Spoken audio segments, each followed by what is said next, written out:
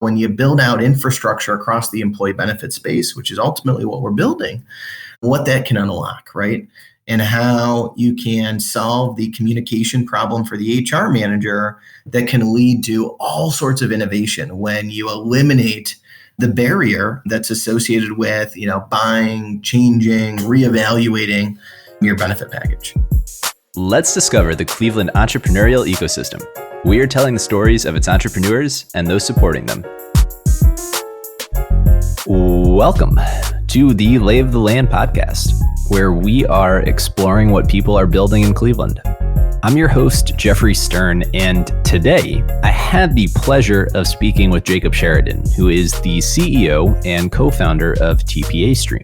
Jacob co-founded the company back in 2014 here in Cleveland and has since led the company and raised a couple million in capital in their effort to simplify healthcare administrative challenges. TPA Stream is focused on automating employee benefits and solves communication challenges across all benefit types, making it simpler, safer, and more cost-effective for everyone that helps make employee benefits happen. Jacob brings over a decade of experience to TPA Stream, leveraging his deep experience in technology to lead the business to where it is today.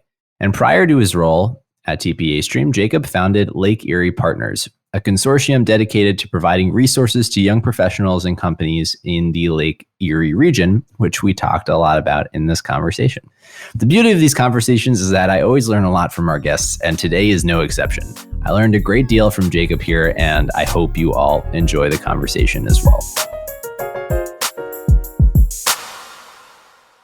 So I've been kind of selfishly looking forward to this conversation because I am now always excited to learn from others building in the healthcare and healthcare adjacent space, and have, intentionally decided to take on a gargantuan challenge of driving change in an industry where it is really hard to drive change and affect the status quo in kind of a meaningful way. And so I'm looking forward to hearing about, your journey and how you've approached the space so far. It's been a fun ride. I would have never expected to dive headfirst into healthcare, kind of the employee benefit space, as we like to really talk about our focus in that area. And it's been fun watching you guys over the years, as well as another company kind of in a very similar space tackling huge problems. Yeah, well, let's just kind of dive right into it. We'll talk about the market and insurtech and kind of the nature of what it is you're focused on at TPA Stream. But I would love to just start with your own personal path to entrepreneurship and, where it is the inspiration for this company that you've been working on has actually come from. Yeah. So, I think back to, I actually think of when I was in middle school. I was always entrepreneurial from early on. I came from a very entrepreneurial family. People that know myself and my three younger brothers have always joked that our dinner table conversations were always about business and starting businesses and innovating and being creative. And it really stems from, my mother, who's just an incredible business strategist who runs a marketing strategy firm, working with all sorts of, companies, startups, established businesses, investment groups. And my father is an investor and entrepreneur who's in the commercial real estate space now, and also in the e-commerce space. And back in middle school, I got into the e-commerce space very in the early days when eBay was popular. And I remember going to Office Max and Home Depot, trying to buy products that were free after rebate. And what I would do is I would buy these products, submit the rebates in, bundle them together, and sell them on eBay. And it was a really fun business until I ran out of money because the rebates took too long to come in. And I said, all right, I should do something else. But that's really where I got my kind of entrepreneurial start at a very young age. And over the years, worked on various types of businesses. And I was just sharing with you before we started how when I came to Cleveland, I was working for a real estate firm. And I just had all these awesome friends in town, and I knew a lot of entrepreneurs, and I wanted to bring people together. And so one of the first things I did was start a nonprofit organization called Lake Erie Partners. And it first was a group of 10 friends of mine that got together on my dime for drinks and some appetizers. And, while it was a little costly, I thought that this was a great group of folks coming together and something really awesome will come from it. And so for a couple of years, I hosted these events and brought together just really smart and innovative folks that had an entrepreneurial itch. Over time, we developed kind of focus areas, and one of those focus areas was on tech startups. And so we had a meeting at Parallax. I won't ever forget this one, where we had different entrepreneurs present different concepts and ideas that they had. And one of those people was Eric Sukulak, who is now one of our co-founders at TPA Stream, who presented a tool that he developed to solve a problem that he had. He was working at a software company at the time that changed their health plan. They went from a low deductible health plan to a high deductible health plan. And the employer was going to save a significant amount of money, but wanted to keep the level of benefit the same for all of the employees. And so what they did was set up a pre-tax account that would cover the out-of-pocket variance. So if you had a copay of $20 with your low deductible health plan and $50 with your high deductible health plan, this pre-tax account would cover $30. It was a really creative way to help the employer save a lot of money by reducing their premium when they increased their deductible, while keeping the effective benefit the same for all the employees. Now, unfortunately, it turned into a very tedious process for the employees to manage. They were required to, get all of their medical, dental, vision claims and send them over to a third-party administrator for processing. And Eric Sukulak, our co-founder, just found himself spending a lot of time at work trying to manage this awesome benefit that his employer created for him. And so he built a tool that logged into his insurance company's online portal on his behalf to collect his claims data, so then he didn't have to do it manually, and then figured out a way to standardize that across his medical, dental, vision insurance, and then securely send it over to his employer's third-party administrator.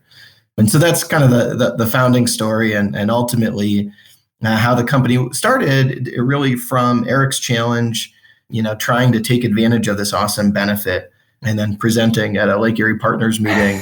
And then, I was watching a really cool screen of how this technology worked. And I said, hey, I'm very familiar with healthcare, not so much on the insurance side, but I love what you're doing. I'd love to help see if we can't turn this into something. Wow, that's a pretty serendipitous story. So you kind of having been pitched the idea yourself and now running with it, how was it that, working with Eric, taking this tool that he had built to solve his own problem, what was the, taking it from idea to thinking about it as a business in the early days? So Eric also brought along his best friend, Steve Fury, our CTO at TPA Stream, who I had worked with at OnShift software. And, in the early days, we were really, really fortunate because we had some awesome software developers. And so we were able to build product at a very, very early stage that was functional. And these conversations started toward the end of 2014. And at the beginning of 2015, we had a product and had a customer start using it in 2015. And so I think early on, we were really, really fortunate due to just the awesome talent that we had as part of the co-founding team. And that really helped us be able to deliver a product early. I then was focused on the business side, so sales, marketing, strategy, you name it, and learning about this third-party administrator market that I had never heard of before, but seemed like there was a huge problem that we could help them solve. And so really learned about that market, started selling into third-party administrators and calling on them across the country.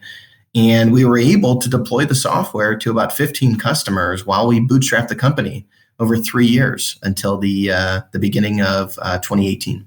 Awesome. And to paint the rest of that picture to where we are today, how has the business evolved in terms of, how you've thought about the business and who you're selling to and how it's capitalized and just kind of the whole deal? Yeah. So, when we talk about the business, we talk about, TPA Stream as an insurance technology software company. So early on, we kind of thought ourselves as healthcare, but as we started diving in, we learned that we really needed to focus on the insurance side, on the employee benefit side, because we just saw so much opportunity kind of on that side of the space. There's so much innovation on the clinical side of healthcare. And so we saw a huge greenfield opportunity on kind of the non-clinical insurance side. So that's where we focused early on. Yeah, we bootstrapped the company. We raised our first equity round in 2018. Have raised two other rounds since then, a total of just under $4 million. We have an awesome team of about 18 team members right now and some part-time staff as well. And we've really been focused on building good product and solving problems that our customers have that are not necessarily solved by others in the market. So one of the things that we decided to do early on was we learned about the challenges that third-party administrators had, very similar to the challenge that Eric had, and quickly learned about software systems that third-party administrators used. Mm-hmm. And we decided to really focus on integrating with those software systems, learning about that ecosystem and playing into that ecosystem. And then from there, what we did was we learned about a lot of the deficiencies of the software platforms in our space and started adding tools that helped our customers that were using kind of the first product drive more efficiency and grow their business, drive additional revenue through the capabilities. It's definitely been a long road from 2014 to now, and we've ebbed and flowed, and we've had some products that are no longer in existence today. But we really believe that we've made challenging decisions. We've made a lot of good decisions, but plenty of terrible ones as well along the way. However, we've been really focused on our customers, on solving their problems, and building an awesome team.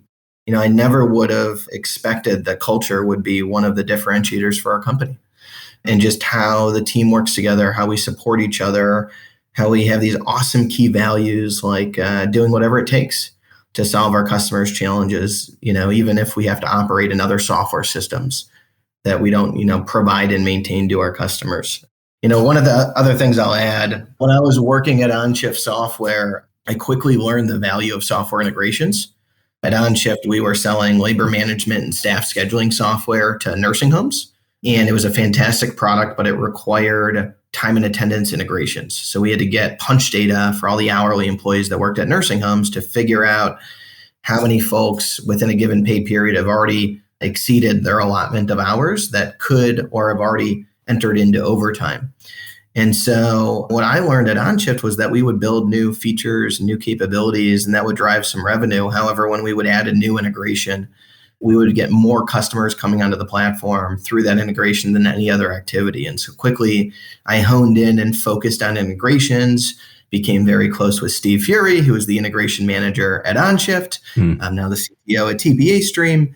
And when we set off to start building TPA Stream, one of the things we did on the back end was build out a middleware platform. Because we were consuming data from insurance company online portals, we knew that we'd probably have to send it to other places in the future. And so building that integration capability early on has helped us tremendously over the years and enabled us to build products that leverage that capability, which is just a capability that a lot of other software systems and players in our space aren't great at, because it's really, really hard. And I think that's what gravitated me to head towards that and to want to learn more about integration and do more with integrations, because while they are really, really challenging, data is the new oil, right? As they say, yes. Right. And it's just all about how can you, connect software systems? Can you, share data between various participants so that that data, only needs to be entered into one place. So anyway, that's the OnShift story.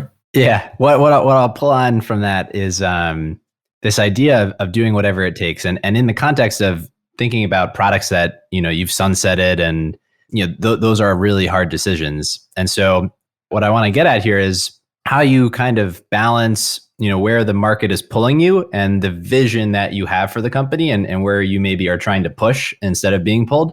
And what actually is the push? Like, what is the vision and just how you kind of balance? Yeah. At TPA Stream, we have some awesome products today that we provide to administrators. And we get really excited about what we can do and what our customers can do with infrastructure when it's fully built out. We like to talk about, our North Star, what I like to call version awesome, which is where we're going, right? And, it might take 3 years for us to get there, maybe a few years, more than 3 years, maybe 3 to 5 years, right? And when we look at, that point in the future, we envision a way where we can solve the data communication challenge for HR managers. HR managers today have such an important role and typically are responsible for managing benefits for their company.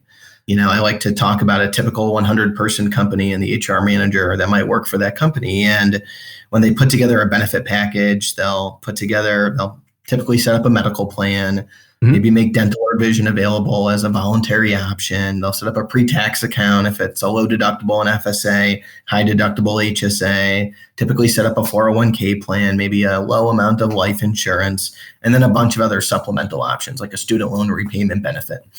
And that's your typical benefit package. And what's crazy today is just how much time HR managers spend trying to communicate with all the different brokers that they might work with, and then ultimately all the different benefit providers to make sure that the benefits are working as expected, that they all have up-to-date information on all the employees and any events or things that might have changed, right, that might affect the benefits. And so we get really excited to think about, well, when you build out infrastructure across the employee benefit space, which is ultimately what we're building, what that can unlock, right?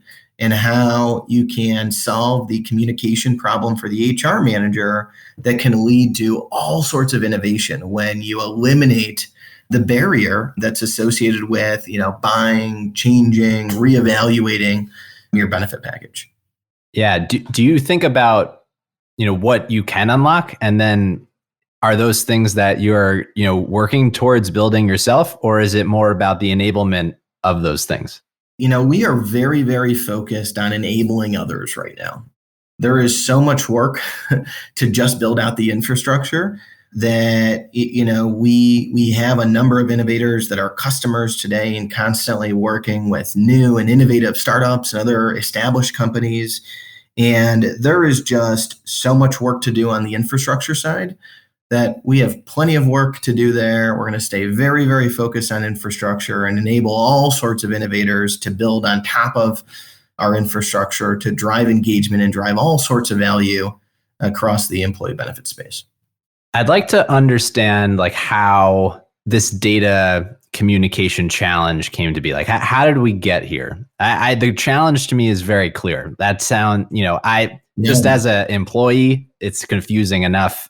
Managing it, I can't even comprehend the difficulty that comes with that. But how is it that it got to be this challenging? Yeah, what's interesting is the role that employers play, right? Because I think when you think about employers, right, they're managing a defined benefit. And you saw this, with pension plans in the past, with retiree health benefits, where pension plans have really turned into 401k plans, right? And they've really moved from kind of this defined benefit to defined contribution.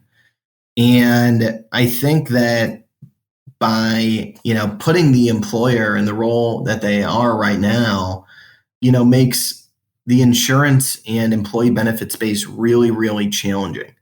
And so I think that as we evolve here over the next, 5, 10, 20 years, we're going to start to see a shift where instead of it's going to be, a defined benefit managed by your employer, we'll see something similar to what happened with the 401k space with a, defined contribution where, the employees potentially manage it. And so I think we've gotten to where we are just over the years because of how companies are trying to retain staff. They're trying to manage turnover, and they're looking for all sorts of creative ways to take care of their team.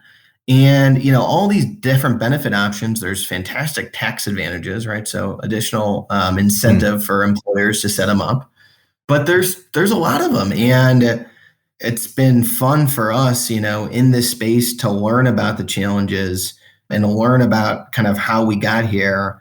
I think the employer being so involved has really created this ecosystem where the employer's kind of managing the insurance, they're providing it, they're seeing costs go through the roof. And so they're trying to save money. So they're buying higher and higher deductible plans, right? So then what do? Well, we're going to put some money into a 401k for you. We're going to put some money into a pre-tax account for you because the actual benefit that we provided just on the medical side is way less than it used to be. And so, one of the things that we find interesting is just how about half of the country right now is on some form of government-sponsored insurance, whether it's Medicare or Medicaid, and how that trend could continue, right? And we could see the government rolling out some type of basic, health insurance plan for all Americans. And then, we could see insurance companies really changing the role, right? Instead of providing the primary insurance, providing more supplemental benefits, ancillary benefits, voluntary benefits kind of around that primary medical plan. And so we've seen that a little bit with employers. Employers have driven that change a little bit. But as we continue to have, Joe Biden as president, right, we could see more and more change in that direction for some type of government-sponsored basic level of insurance. So to answer your question, how we got here, not exactly sure how it got so complicated. And you have, all these different components that the employer is providing. And it's, in the most basic sense, it's just to really take care of your team, really try to manage turnover, try to improve retention as much as possible. I wonder one day when it'll start to go back to the salary, right? The employers that say, all right, enough of all these benefits, we're just going to give you more money and you figure out, how to spend your money and buy whatever types of plans make the most sense for you.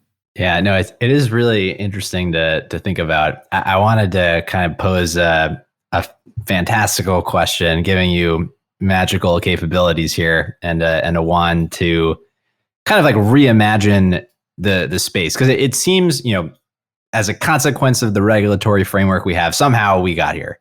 And I'm curious from the perspective of TPA Stream, is there a reliance on that regulatory complexity, or is it still a more ideal world where the system just kind of operates more functionally? I think one of the challenges that, we face across the employee benefit space, and specifically in the medical side, is that you have the employers paying, right, for, the majority of employees across the country, whether it's a fully insured or self-funded insurance plan. And whenever, you don't have to pay for something as an individual, right? A lot of folks, the majority of folks, not everyone, right, doesn't necessarily value whatever it is that they're receiving as much. And so, there's a lot of talk around the CDH, or consumer directed healthcare space, which is a fancy way of saying pre-tax accounts.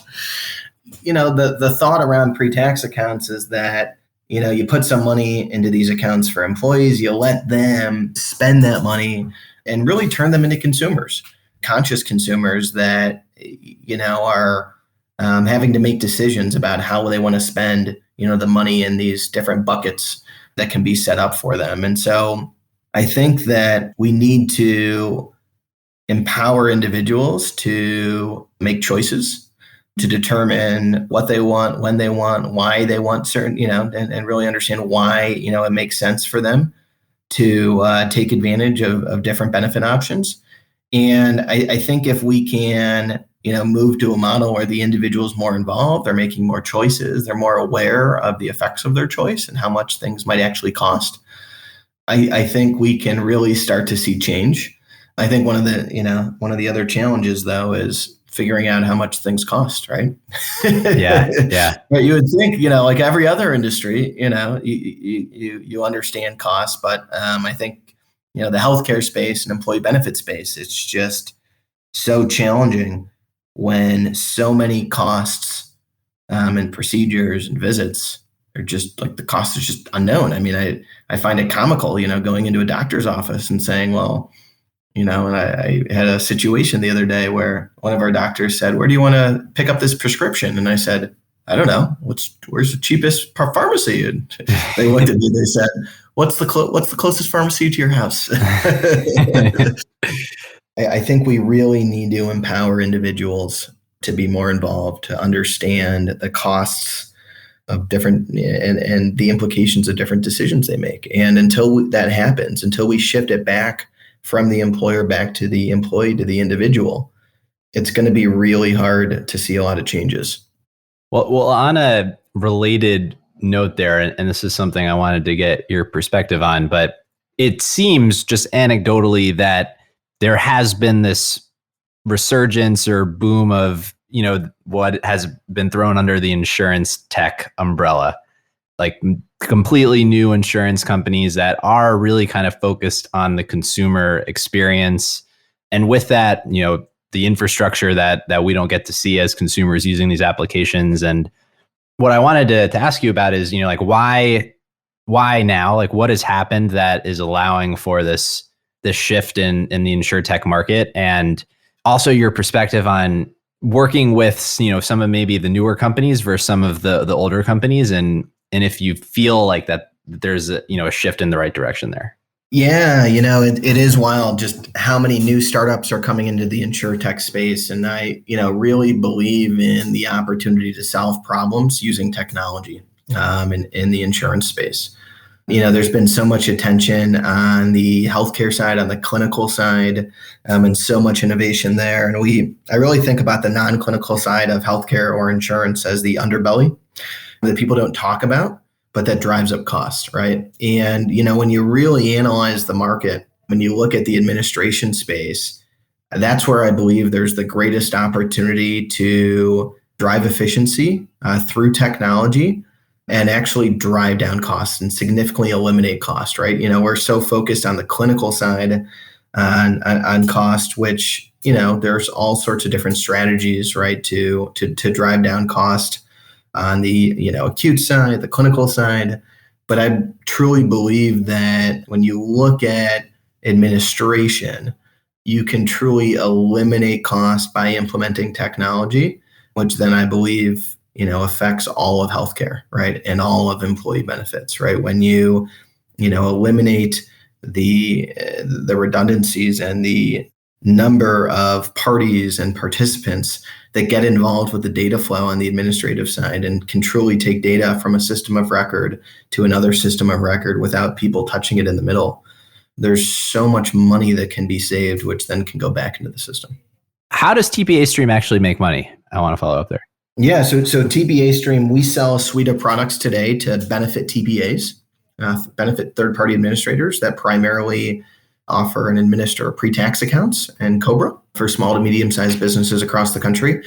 We sell our software we have a monthly minimum associated with the different products, and then we charge per employee or per employer month fees based on the different product or service. When you are kind of pitching the product, is it one of that story of savings and driving the efficiency down? Like what is the value that you're telling there? Yeah. So, early on when we started TPA Stream, we were so focused on operational efficiency, right? And being able to, save time for our clients and delivering a positive ROI by saving them so much time, by automating these really manual tasks and data movements. What's funny is that it took us a few years to realize this, but we found out that our customers not only were realizing fantastic operational efficiencies and saving a ton of time, but they were also winning new business. And they were using our capabilities to differentiate against their competitors and grow. We had one customer that told us they grew 40% year over year, and much of that growth could be contributed to TPA Stream. And so once we started really learning about how our customers were using our capabilities to differentiate against their competition and win new business, we really started focusing on that more. As we've rolled out other products, we've also been able to, not only drive additional operational efficiencies, but also help our customers truly make more money. So not only winning new business, using our capabilities as a differentiator to win new business, but then actually using our software to help them make more money. We rolled out an employer invoicing product. So our customers work with employers, and a typical customer for us might have 1,000 or 2,000 employer clients. And so the invoicing process to send all those invoices out to 1 or 2,000 people can be, take a long time. And so we developed a tool that not only automates that process, but it also helps to capture data from various administrative systems that correlate to very small fees that our customers can charge their employer clients that historically many of them would not charge due to it taking too long to gather data from all these different systems, do the calculations, put those charges, for $1 or $5 onto an invoice, right? But when you automate the process and you're pulling that data through an automated integration, we found that we're able to actually help our customers make more money and increase the revenue that they collect every single month. So that's been unbelievable and extremely rewarding for our team. Yeah, that is really exciting. When you are doing those sales, what is the kind of pushback that you get? Like where is competition in this space? Is it just like other processes that people have figured out that are trying to, operationally do better? Or are there other companies that you're competing against? Yeah. So, there are some awesome competitors in our space that are looking to tackle the infrastructure problem, right? Yeah. And trying to build out middleware to connect disparate systems. And so, there's a few of those competitors, and we're seeing more and more of them, and they're raising tons of money, which is just awesome. We love that. We really try to stay close to our competitors because maybe there's an opportunity for us to work with them one day. But when we enter into a sales process, one of our biggest challenges is competing against the status quo, right? And working with an organization that might have 50 employees, 75 employees, and their family, right? And we can bring some technology in that could help them significantly reduce headcount. But that doesn't necessarily appeal to all business owners. And so that's been one of the challenges for us. Yeah. How do you navigate that? Like, what is the pitch? And this is, again, is a selfish question because, the work that we're doing over at Actual is one of, again, at a high level, it's about saving time and it's about, better deploying of workforce and analytics around that. And a consequence of it is those kinds of considerations. And, how are you telling that story?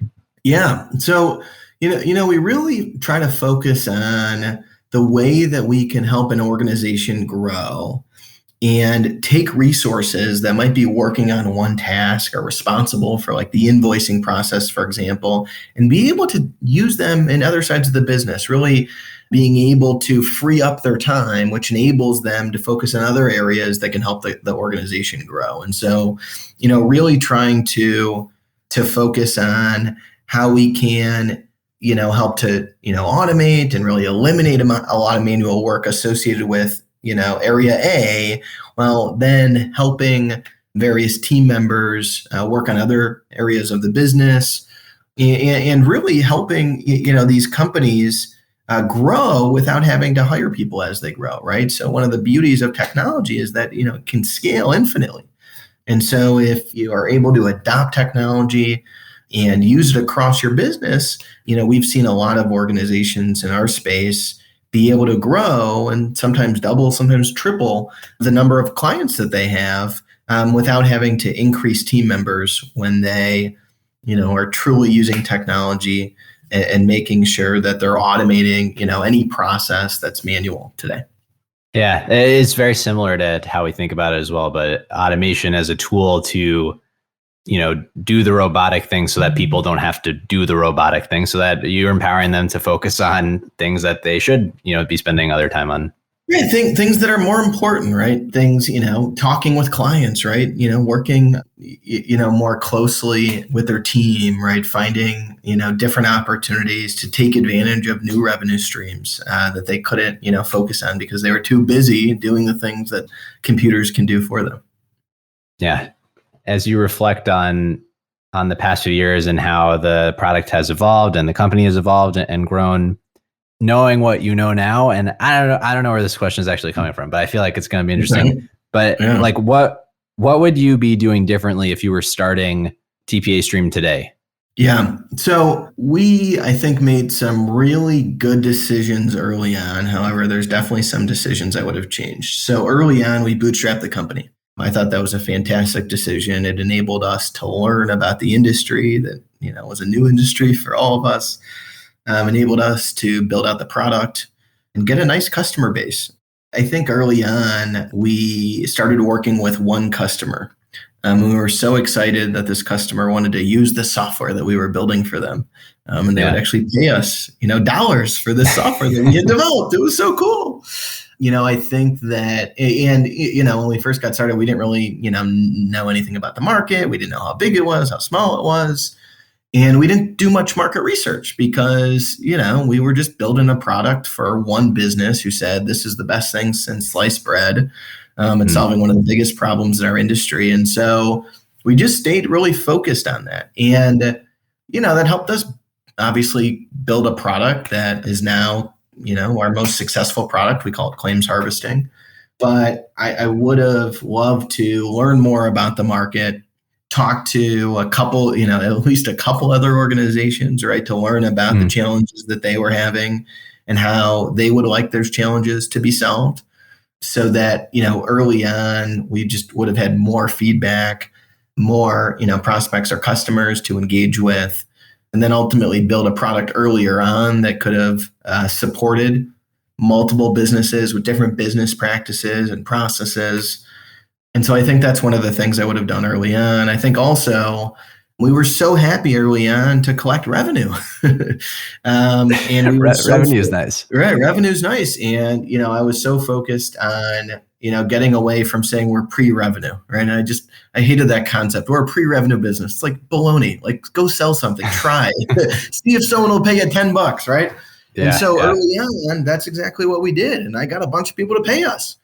Now, looking back, they didn't pay us that much, but it was so rewarding early on. So, I think I would have talked to more customers. I would have done way more market research. I would have definitely looked at ways to charge a higher price point earlier on. But that's easy to say after kind of taking, this idea from nothing into a company that's been doing rather well as of late. So, yes, that's insightful reflection, though.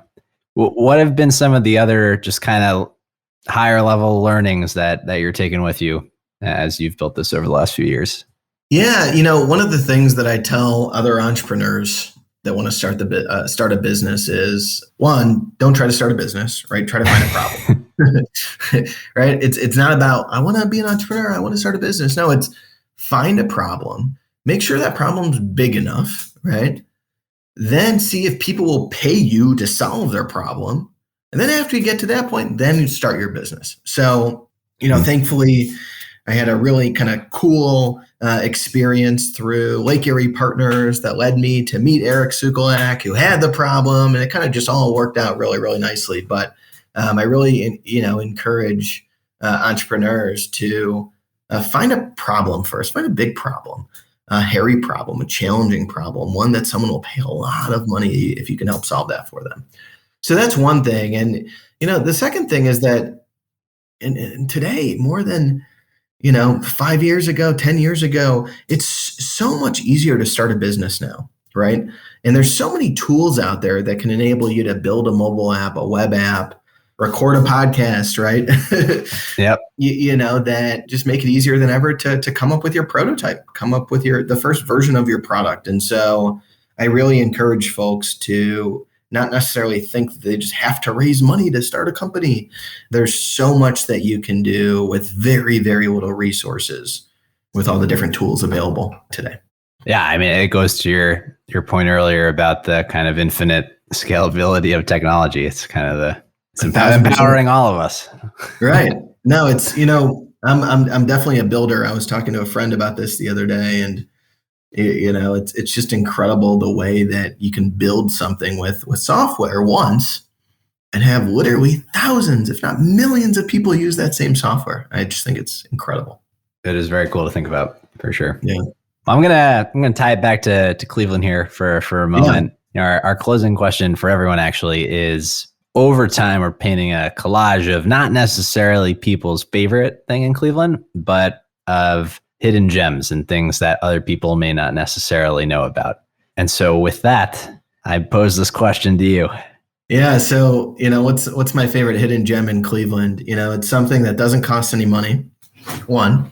And two, it's Just tell a little backstory here. I lived absolutely. in downtown Cleveland for 10 years in the same apartment. I cannot believe that I'm saying that. But it was just a fantastic place. And it's the Grant Building right near East 4th downtown. And the last couple of years, I lived with my girlfriend, then wife, in that same apartment. And we would walk down to the East 9th Pier and watch the sunset at night. And I still miss it. It was so beautiful.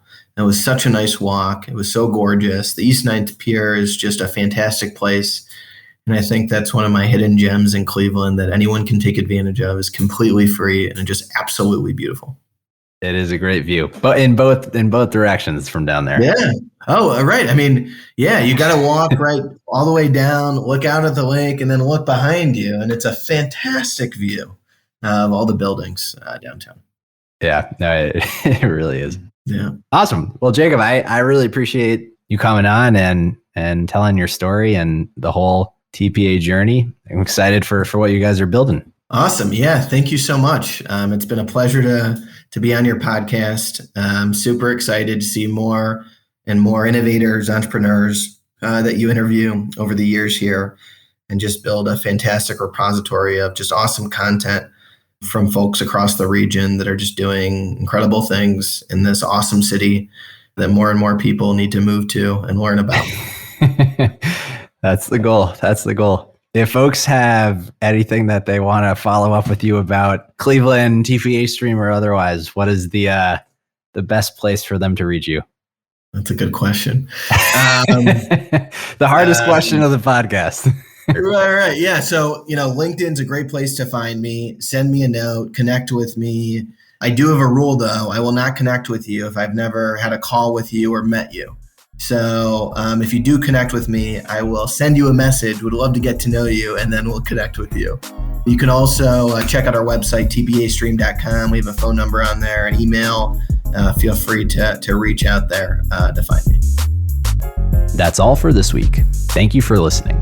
We'd love to hear your thoughts on today's show. So if you have any feedback, please send over an email to jeffrey@layoftheland.fm or find us on Twitter @podlayoftheland or @sternhefe, JEFE. If you or someone you know would make a good guest for our show, please reach out as well and let us know. And if you enjoy the podcast, please subscribe and leave a review on iTunes or on your preferred podcast player. Your support goes a long way to help us spread the word and continue to bring the Cleveland founders and builders we love having on the show. We'll be back here next week at the same time to map more of the land. The Lay of the Land podcast was developed in collaboration with the Up Company LLC. At the time of this recording, unless otherwise indicated, we do not own equity or other financial interests in the company which appear on this show.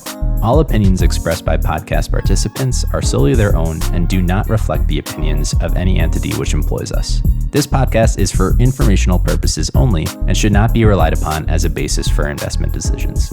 Thank you for listening, and we'll talk to you next week.